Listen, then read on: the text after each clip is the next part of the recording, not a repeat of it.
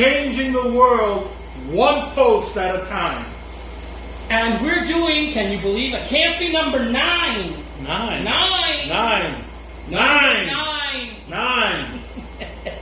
How many is that? 9.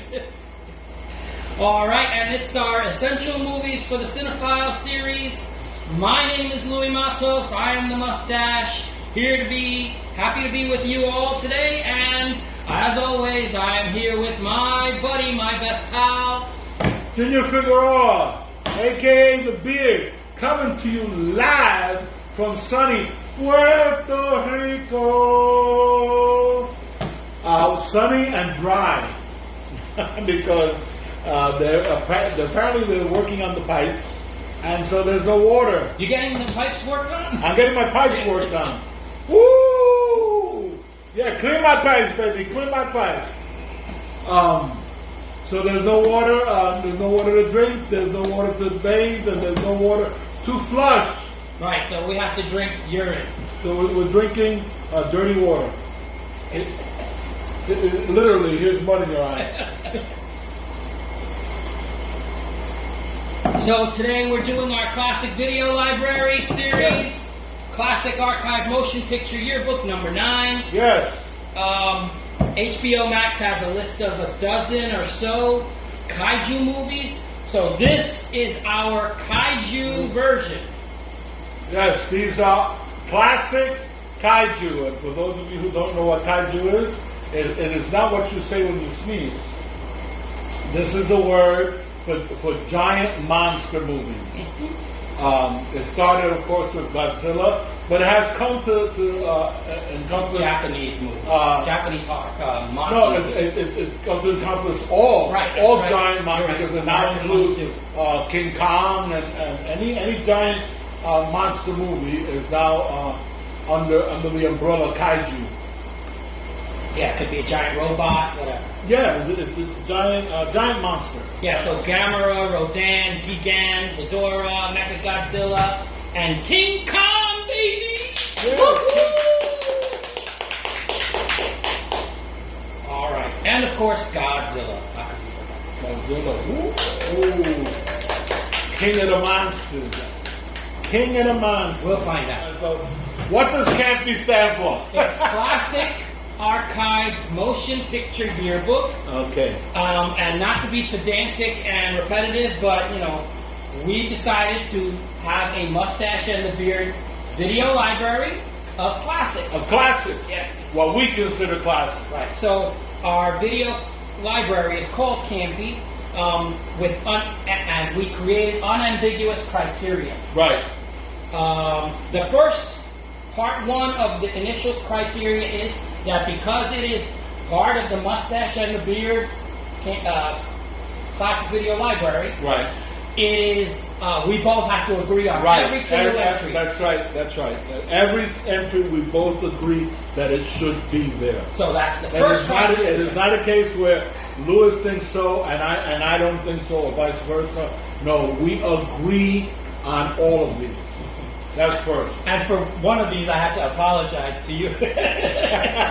But I stand by it, and you agreed with it, so I'm glad that we were able to come to an agreement. And then we define the word classic, because it's a classic video library. So for us, we don't like the whole idea of people calling an instant classic. Instant classic. Yeah, that doesn't fly with us. Cow chips. Yes. We've been around a long time. Right. So if we are classic, therefore... And I was not an instant classic. Yeah, it took you a while to get to be classic. All right, so we have 3 criteria that we agreed upon as well. Right. So classic is longevity. Longevity has to have stood the test of time. Come on, how are you going to call something an instant classic? Yeah. No, so it has to have been what we did. We decided 50 years, right? Yes, 50 years. So the cutoff right now is 1971. Mm-hmm. So it has to predate 1971.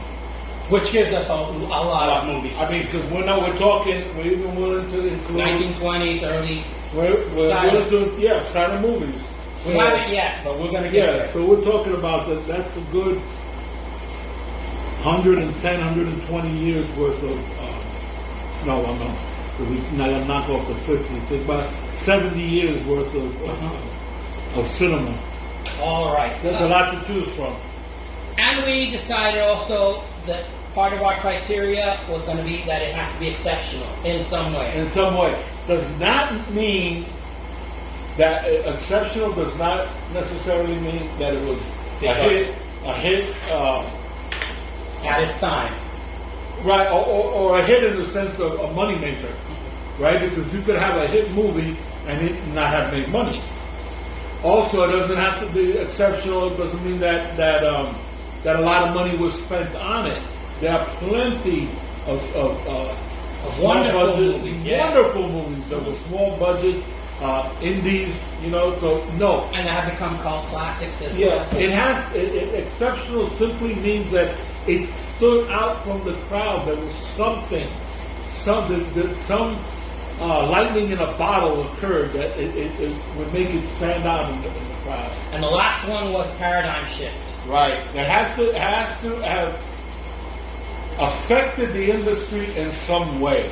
In other words, it could be a whole slew of sequels, let's say like Harry Potter, a whole slew of sequels. That's a paradigm shift.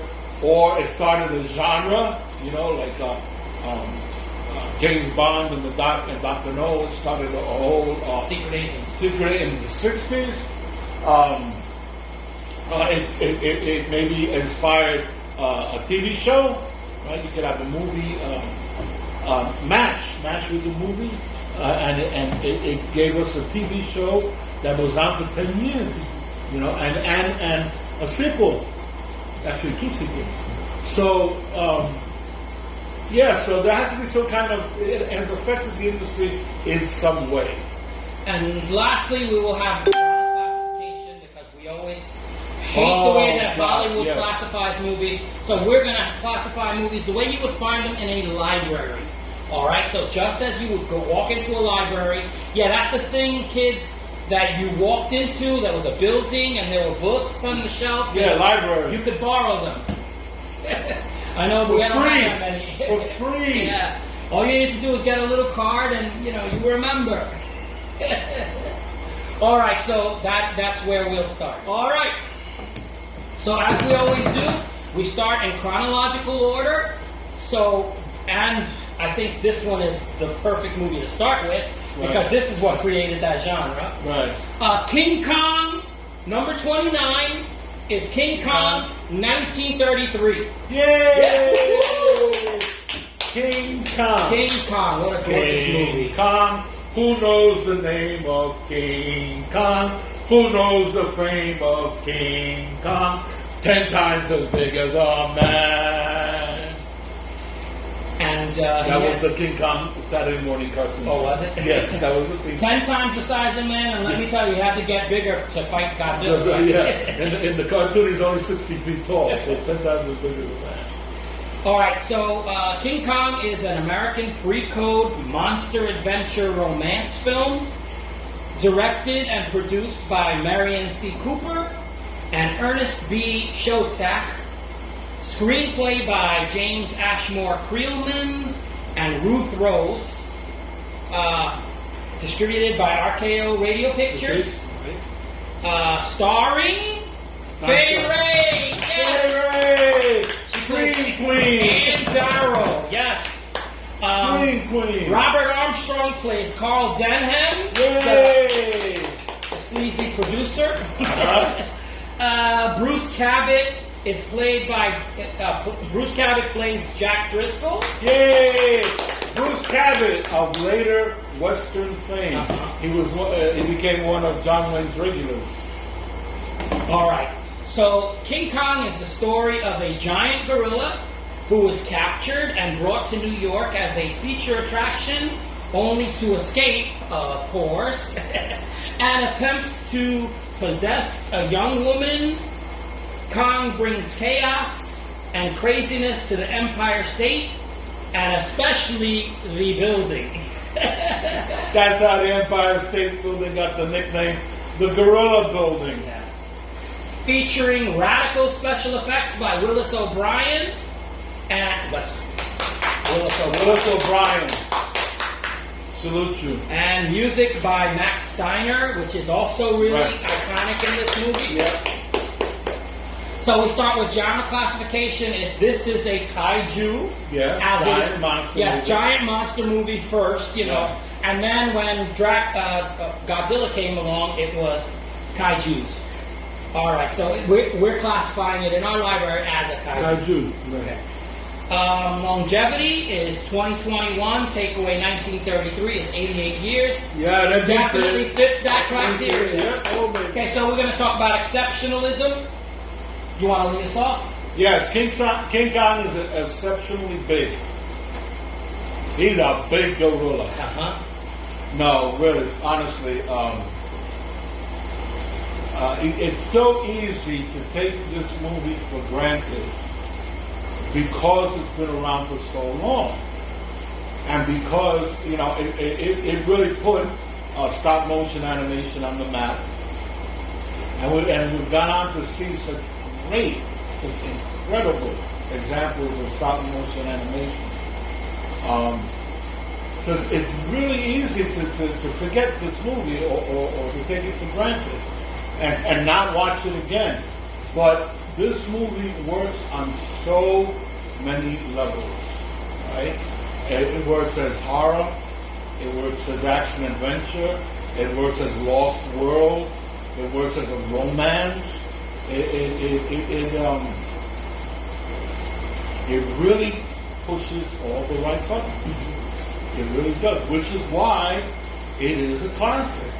It's amazing that this is 1933. Yes. This is 3 years after they actually started making talkies. Yes. So that's how early in the game this movie is.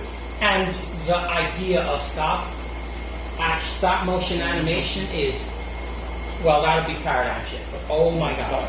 Right, so Rotten Tomatoes has this as the 4th greatest horror film of all time. Wow. It also has it as the 56th greatest film of all time. Right. So even if you take out the fact that it's horror, horror at that time, it also is a great movie. And the Library of Congress 1991, deemed culturally, historically, and aesthetically significant by the Library of Congress. That's right. And selected for preservation in the National Film Registry. So obviously they knew that it was exceptional. Fay Wray and Bruce Cabot are believable and mesmerizing as a couple. Robert Armstrong plays Carl Denham, not just in this movie, but also in the sequel, Son of Kong. Yeah. So these actors were in it. I mean, Fay Wray wanted this part. Okay. Right.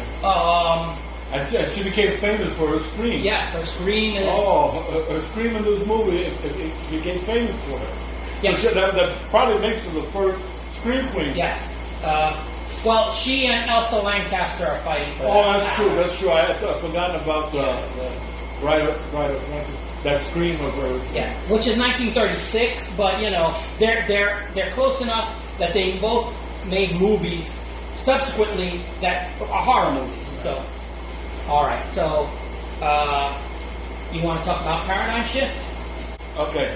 For one thing, it has a sequel. Yes. Son of Kong.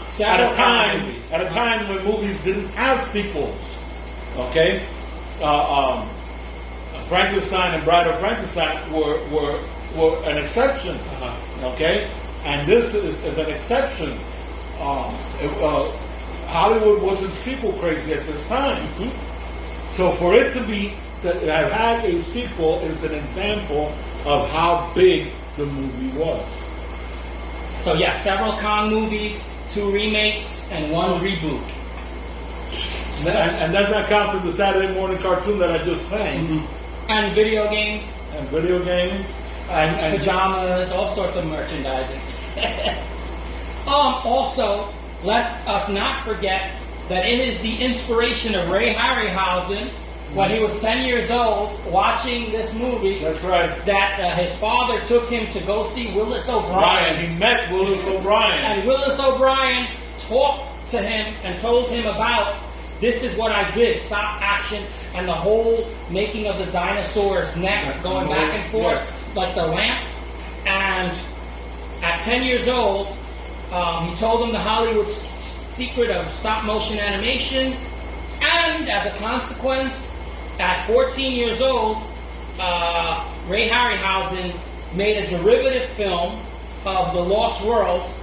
So, I mean, yeah, with the models and everything, with the help of his father, of course, but still. So yes, this movie is a paradigm shift in the stop action, stop motion animation, which has given us, the Sinbad movies, Jason and the Argonauts, and on and on and on and on. Not only that, imagine, Kong is hairy, so it's not like it's a latex or a clay model that you move. No, you also have to move the hair. You have to move the hair. It's shifting. Yeah, absolutely. Yeah, so it was a work that was of love. People that created this movie made it in love. And it is definitely worthy, in my opinion, and yours, of course, of being here. So let's talk about recommendations and well, recommendations, I mean, that goes without saying. We recommend this movie. Look, odds are you've seen this movie already. Fine. Watch it again. Okay? Watch it again. If you haven't seen it in a long time, watch it again. Sit down with your children, watch this movie. Sit down with your grandchildren, watch this movie. Create a memory. It is that kind of a film. Please, I highly recommend that you do that. So, what's your rating? I would give it, I think I would give it 4.5. 4.5 great geeks. Not 5 simply because, I hate to say it, but it's a little dated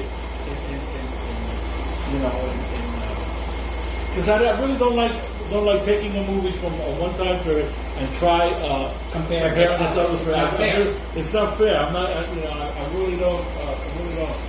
So I would say I would give it 4.5, wanting to make it 5. Okay. How about you? The models. Listen, the models are painstakingly made, and to think that they had to move them incrementally to get a film. Listen, that took weeks. Yeah, like the 16th of an inch. Yeah, it's just absolutely fantastic. Take a picture. Take a picture like that. So for that and for its time, I'm giving it 5 great geeks. Right. I love this movie.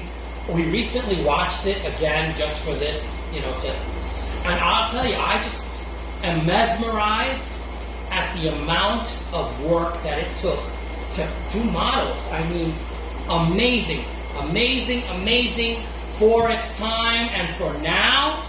1933. Listen, I'm not making any apologies for this. Let me tell you something. Without stop motion animation, we would not have CGI. Nope. So, 5 great geeks. I love this movie. All right. So, like always, it is with great pleasure and respect. It is our great honor to induct this movie, King Kong, into the Mustache and the Beard's Classic Video Library as our movie number 29, King Kong 1933. Take a bow! Yay! All right, then. So we're moving right along. How could you have King Kong without number 30, Godzilla 1954? Godzilla! Or Gojira. My favorite. Is a Japanese kaiju film directed by Ishiro Honda. Special effects by A.G. Tsuburaya. Distributed by Toho Studios. And Toho Studios distributed 32 of the Godzilla movies. So, I mean, this studio, this was their bread and butter. Right. This is starring Akira Takarada, Momoko Kochi,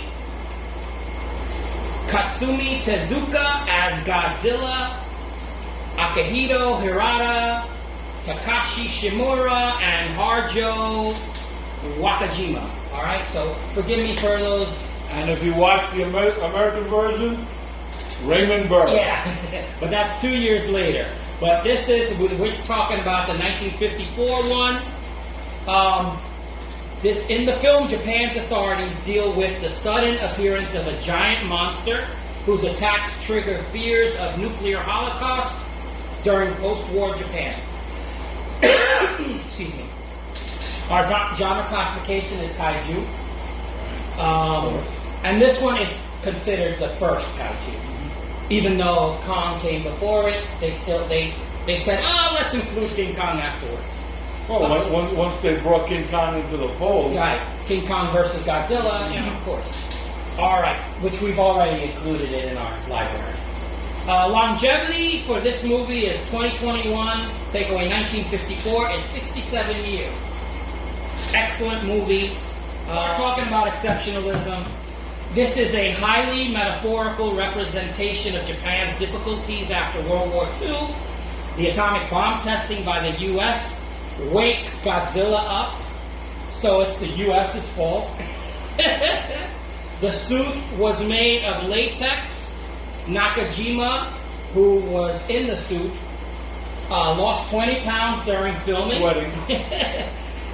Film was fun.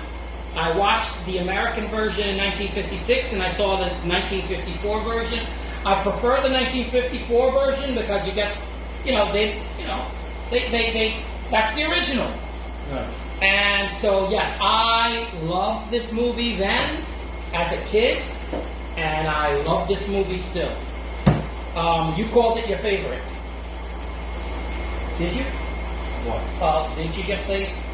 No, not the film. Oh, okay. The monster. Okay, so there you go. Godzilla's my favorite. So talk about exceptionalism. Yeah,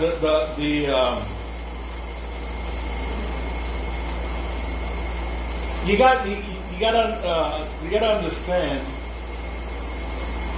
where Japan was at this stage. Still feeling the effects. It's only 1954. That's 9 years after the end of the war. Remember that we dropped 2 atomic bombs on Japan. We are the only country in the history of this planet to use a nuclear strike against another country. And it's only been 9 years, and Japan is still feeling the effects. Emotionally, culturally, spiritually, Japan is we're still feeling the effects. And so it needed an outlet. And Godzilla, in effect, was their outlet, their way of blowing off steam about what they felt was this horrible, horrible thing. And it is reflected in the story. It's a very negative, very almost depressing. Mm-hmm. The characters are angst-ridden. The panic is real. I'm fully aware of what the Godzilla movies eventually turned into. And the running from the screaming monster as it's knocking down buildings turned into a cliche.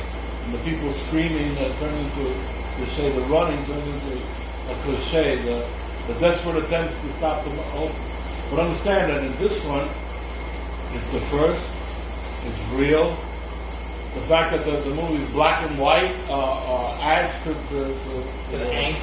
The angst and to the horror. The horror, the depression, the dark story. It's a very dark story. And all that, it's exceptionally well done. It is Well done. Yeah, it comes through. The angst comes through. The pain comes through. Absolutely. All right, and the paradigm shift. It's the first of 36 movies. So, and not only the first of 36 movies, but all those other monster movies that Rodan and dozens of kaiju movies. Mothra, Gamera, and all. I know Gamera's your favorite. I know. So Suitmation. This is the paradigm shift. Suitmation was created. A person in a suit interacting with miniature sets. It is considered one of the best monster films ever made. And, of course, like I said, first of 36, first of dozens of other kaiju, monster, Japanese monsters. Love it. It is fantastic in that regard. So, I, totally respect this movie. Godzilla is so big, is so famous that there is a statue of him in Tokyo. There is a Godzilla statue in Tokyo. Yep. Since you went first on the ratings and recommendations last time, well, obviously we recommend every single movie in the classic video library. It wouldn't be here. Yes. So yes, it's a high recommend. Because I agree with you. This movie is a little less fun. Yes. Than King Kong, and a little less fun than the movie that we'll be talking about a little later. Than all the subsequent kaiju movies. Yeah. So because it's darker, and I took that into consideration, but the reason why they had to make a 1956 version was to make it more Americanized. I mean, that's the whole point. Well, the thing is, at this stage, they weren't taking Japanese movies and releasing them, and that was a big thing. Yeah. To release this movie because of the language difference. In those days, in the 50s, if you saw a foreign film that wasn't in English, it was in an art house. You might see a French film, you might see a Japanese film, but to put it out there for mainstream audiences, that was unheard of. All right. So, but let me give you my rating, and then you can go to yours. My rating is 4.5 Great Geeks because of the darkness, because it's a little less fun. Not that it's not a great movie. It is. I love this movie, and especially because of the technology being created. The miniatures are fantastic. And in the movie that we're going to be talking about later, the miniatures are even more fantastic. These are great miniatures that, the person in the suit is interacting with the models and destroying them, and you're like shocked. But, it was because of the angst. So 4.5 Great Geeks is my rating. Still a very high rating. Still a movie that I love to watch. But, if it's a toss-up between King Kong and Godzilla, I'll watch King Kong. I know you like Godzilla better. I like Godzilla better. Yeah, there you go. He's my favorite. So they go ahead. Godzilla's always been my favorite. I love this movie. I love this movie because it's the first Godzilla movie, and I enjoy the introduction to Godzilla, the explanation to Godzilla, and I enjoy the ending. Right? Again, it's angst-ridden. It's depressing. It's sad. Which elevates the quality of this movie. So, although it's not my favorite Godzilla movie, I love it because it is the first of a slew of Godzilla movies of a series in which I really love. So I agree with you. I would give it a 4.5 Great Geeks. Awesome. All right, so I am going to say it is with great pleasure and respect. It is our great honor to induct this movie, Godzilla 1954, into the Mustache and the Beard's Classic Video Library as our movie number 30. Take a bow!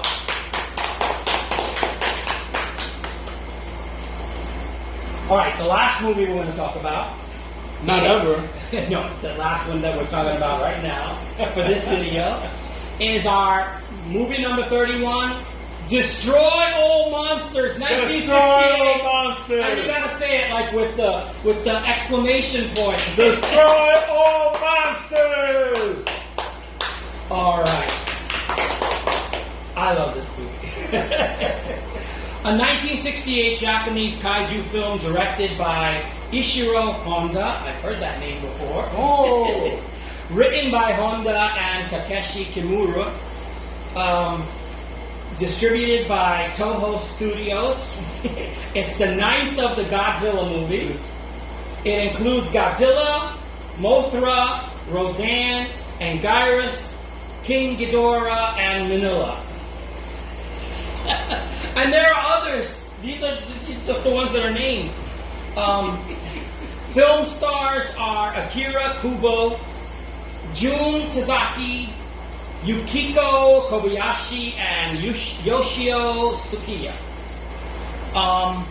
The world is at peace in 1999, and the kaijus have all been confined to Monsterland, or at later movies they call it Monster Island. Yeah, I like it, Monster Island. So do I. The monsters are freed and mind-controlled by aliens who send them to attack world cities. Humans have to fight the aliens who use King Ghidorah as the ultimate weapon. The genre classification is kaiju, and the longevity is 2021 to 1968. So this is the youngest of all of them. It is 53 years, but still within our classification for C.A.M.P.Y. Okay, so first thing I'm going to say is I love this movie. But when I saw it recently, I called Junior. I'm like, did you see it yet? And he goes, yeah. I was like, are you still going to include it? And he was like, okay, yeah, it is. But the story, watching it as an adult, I didn't love the story as much. Mm-hmm. But I make no apologies because this is kind of like having a WrestleMania of all the King of the Ring, kind of hoping that they all fight each other. And listen, I'm not going to apologize. I love this movie.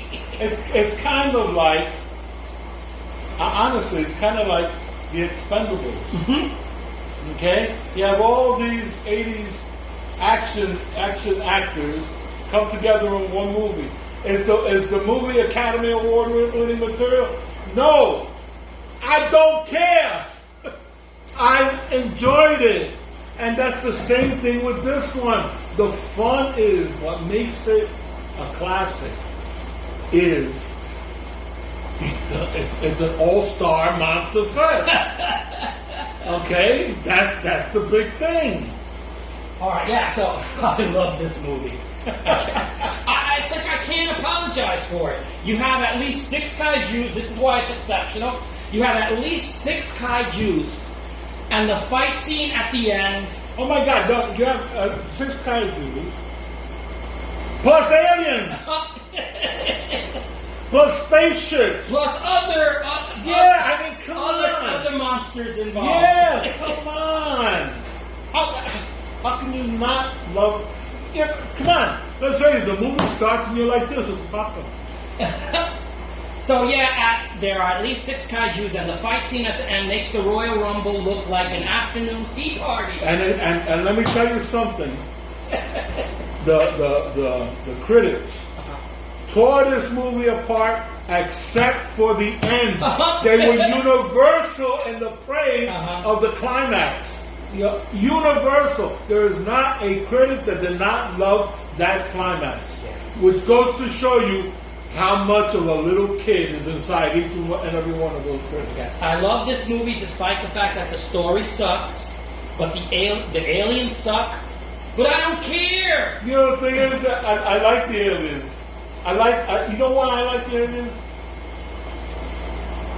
Because the Japanese refused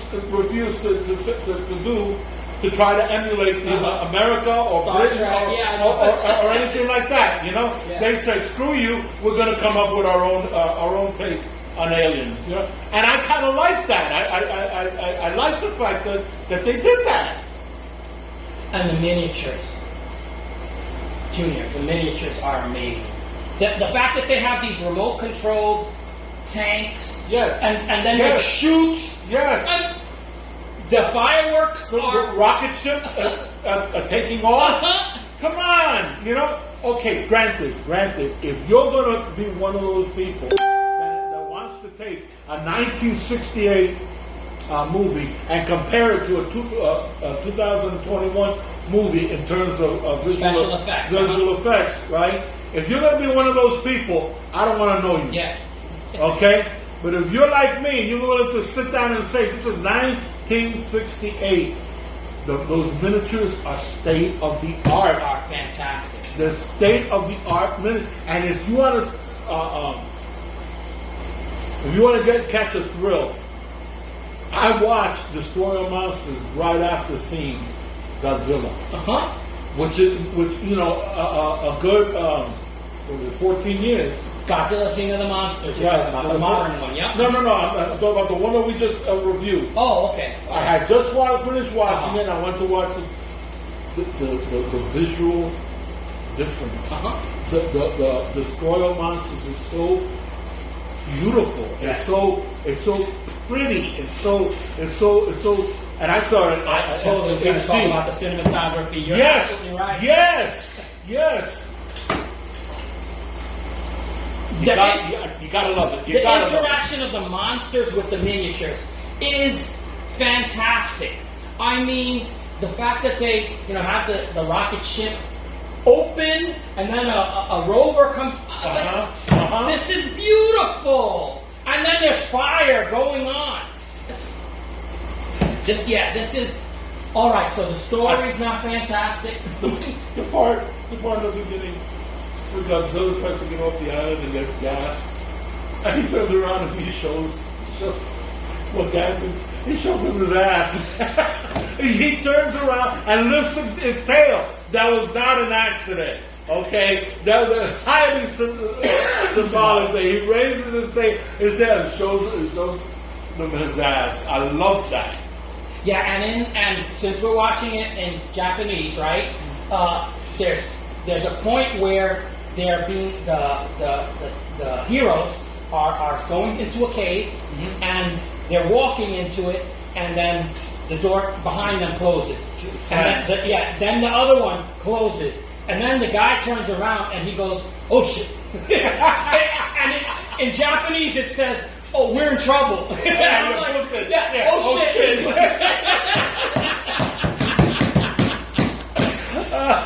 Yeah, so we're PG, but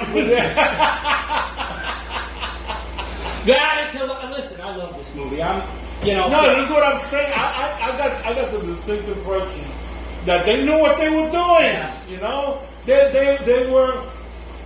They were creating a romp and inviting us in on that romp, and I love them for it. The astronauts dressed in their yellow outfits, and then the people on the moon base in their red uniforms. It's gorgeous.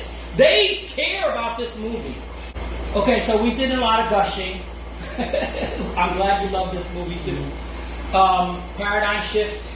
The first time so many kaijus are put together. That's right. All right, so this is the first time you have a.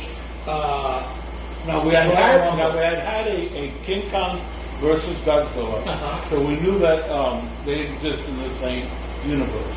And I read that they had originally intended to include King Kong in Destroy All Monsters, but that by the time they got to making they it, lost the contract. They lost. There was a licensing agreement, and it ran out. Mm-hmm. Then they had done Godzilla versus the Thing, the Thing was Mothra. So we did know that Godzilla and Mothra are the same universe. But until this movie came, we did not know that included Rodan and all the other kaiju monsters. Which, that is a paradigm shift within a paradigm shift, because it is a paradigm shift within their own universe. Yeah, so again, first time so many kaijus are put together, and they got new suits for Godzilla, right, because of this movie.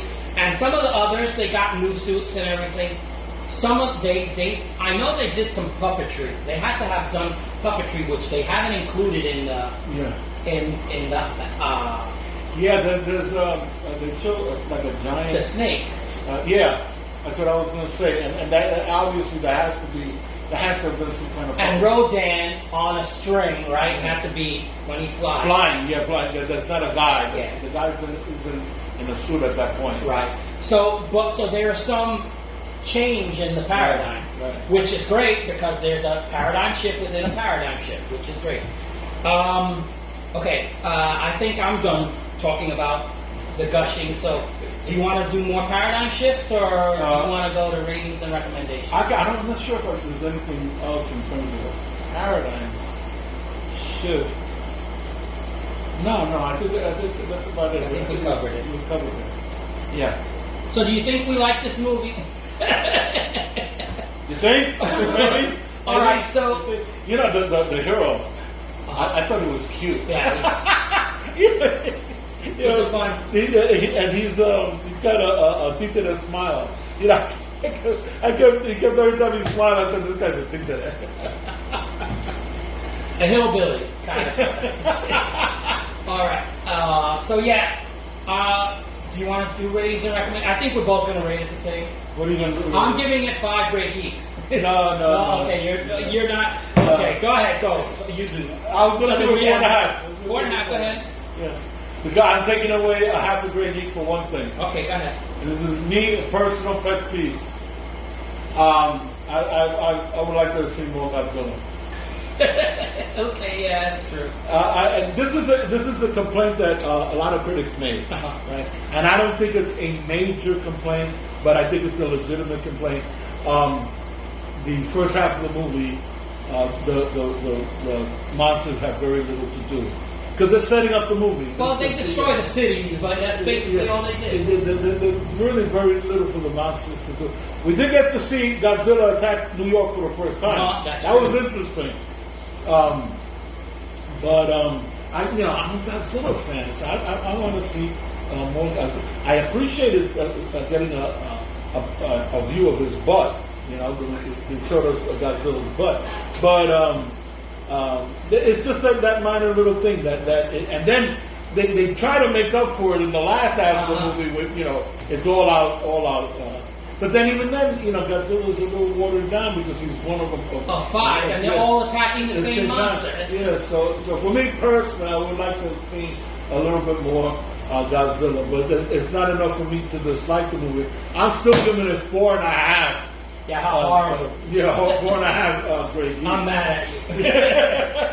All right, I hate cities being destroyed. I hate that part of these monster movies, right? Because it's like I guess it's the old man in me, because when I was a kid, I loved that part.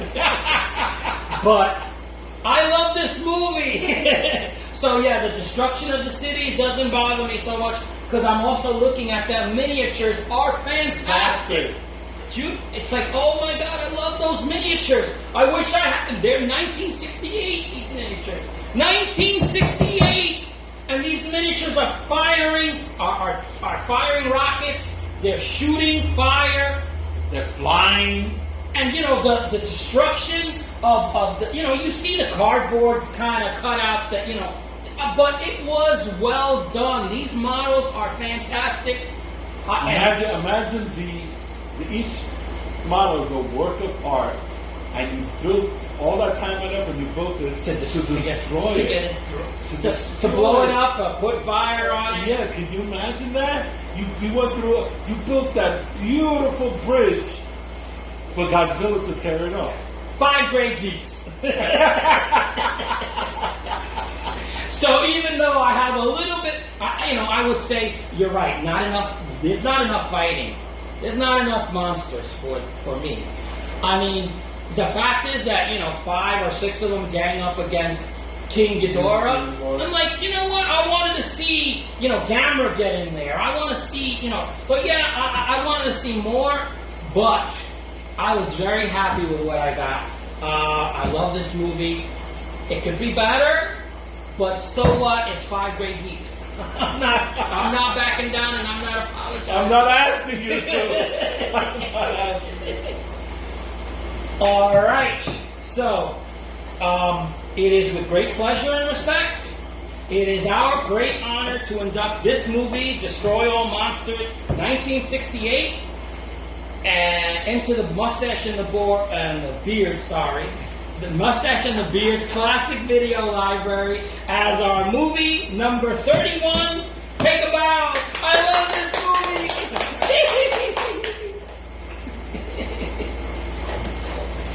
Oh, okay. All right. Do you think we gave enough energy to that movie? No, because I think that the movie gave more energy than that. Oh my God, yeah. Listen, we love our C.A.M.P.Y. We love our classic video library. I love my job. I love my job. Yeah, I love talking about these movies. They make me laugh and have a good time. Yeah, and hopefully they do the same for you, that you're able to put away a little bit of your, of the craziness of the pandemic aside, so that you can enjoy and laugh with us. Yes. It's fun laughing. It's even more fun when you're laughing with somebody else. And hence why this is so much fun for us. Usually at the end of a video, I usually ask you for a wise missive. Yes. I have several cards there. I have something at length. I came across something yesterday on Facebook, and I wanted to. It hit home to me. What I read, it moved me personally because of what we do. So this is a wise missive, right? Okay. Because it's about storytelling, and we're storytellers, right? Whether the storytelling is a movie or TV, whether it's a book, a magazine, a comic book, whether you have your children and your grandchildren surrounding you and you're telling them something, whether you're telling your baby a bedtime story to put them to bed, it's storytelling. And this has to do with the importance of storytelling. And this was written by Neil Gaiman, who was one of my favorite writers, Neil Gaiman. And he wrote this. He said, "My cousin Helen, who is in her 90s now, was in the Warsaw Ghetto during World War II. She and a bunch of girls in the ghetto had to do sewing each day. And if you were found with a book, it was an automatic death penalty. She had gotten hold of a copy of Gone with the Wind, and she would take 3 or 4 hours out of her sleeping time each night to read. And then during the hour or so when they were sewing the next day, she would tell them all the story. These girls were risking certain death for a story. And when she told me that story herself, it actually made what I do feel more important. Because giving people stories is not a luxury. It's actually one of the things that you live and die for." We start our videos off every time saying, changing the world one post at a time. And we are. Every storyteller, again, doesn't matter the form that storytelling takes, every storyteller is changing the world one story at a time. That having been said, if this is one of the first times you see the Mustache and the Beard, listen, this is what we do. These are videos that we do. We would ask you to subscribe. Push the like button. If you want to share a comment, please do so. We welcome every comment. I thank you for watching. We always thank you for watching because we know you've taken time out of your day to take a look at what we have to offer. My name is Louis Matos. I am the Mustache. Junior Figueroa. I beat the beard. We say thank you for watching. Take Hasta la it easy. vista. See you later. Peace.